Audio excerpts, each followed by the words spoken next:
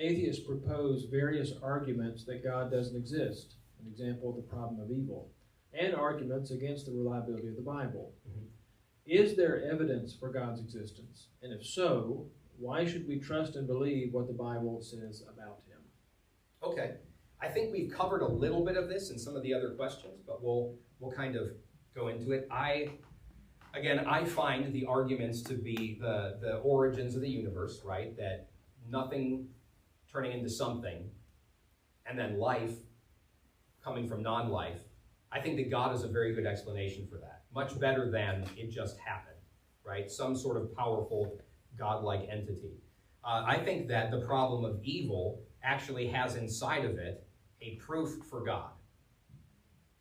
Without transcendent truth, there is no evil and there is no good. There's only our opinion, right?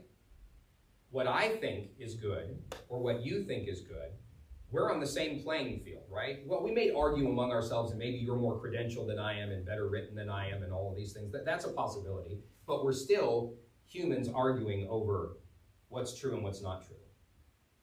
If we're going to have a definitive on what's true and false, not to be done and not to be done, and what's right and wrong, if we're going to have something like that, you need transcendent truth in order to call something good or evil.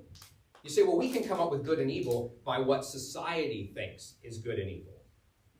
Right? Social contract theory. I don't know if you've ever stumbled upon that. That works until you go into places in history where entire societies adopted things that you today would call evil. You might say, I think slavery is evil. And I'm right there with you. The idea is terrible, what has happened throughout history.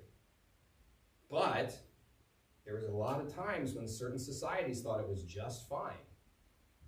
And so by social contract theory, they could say that it was good, or at least acceptable.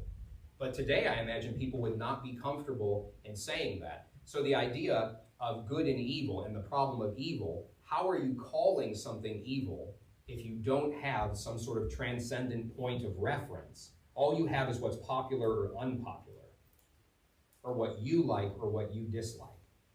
So I think that morality, the existence of some kind of morality, is a great argument for a moral law giver. And then the idea of why I think the Bible points us to it is, again, its miraculous creation over the many years and the way in which it was done. And then the amount of evidence that we have specifically for the Greek New Testament. If you've ever studied documents that come out of the Greco-Roman world, there are, we don't have the original documents of the New Testament, nor do we have from any of the documents that come out of the Greco-Roman world. So what we have is copies of copies. And so when you look at the evidence for the Bible versus the evidence for like the Iliad or any of the histories that were written about Rome, there is a tenfold amount of evidence for the Greek New Testament than the next best attested source to come out of it. So for example, I believe it's around 600 some manuscript copies that we have of the Iliad, but we have over 6,000 for the Greek New Testament. And then the numbers only go drastically down from there. Not only do we have 6,000 parts or entire books or entire copies of the New Testament in Greek, but we also have the writings of the church fathers that quote the Greek New Testament, which we could reconstruct the Greek New Testament just from their citations alone, if we had to.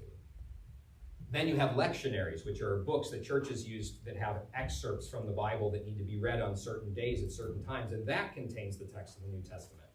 Then you have ancient translations into Syriac and Boharic and Coptic and things like that, and we have all of those. You say, bringing all that those exist doesn't prove that it's true. Yes, but it's oddly specific, and it's oddly a large number of documents that have been saved, almost as though there was a divine act of preservation going on. Very suspicious, if not. Very suspicious, if not, how that would happen, considering the 300 years of intense persecution that the early church went under. It would have made more sense for the Bible to have been stamped out there than for it to have continued and proliferated over the Greek New Testament as we've seen today. And then I've mentioned that I find subjectively, and I recognize that that's not the strongest argument, but for me, subjectively, the Bible has answered my questions about my own inner soul and my own working in a way that I've never encountered before. And it has said that if you live this way, you'll be blessed. And though my life has not been all easy, I have found that the promises of God are true. And so there's an experiential component to it where I've experienced that it's true.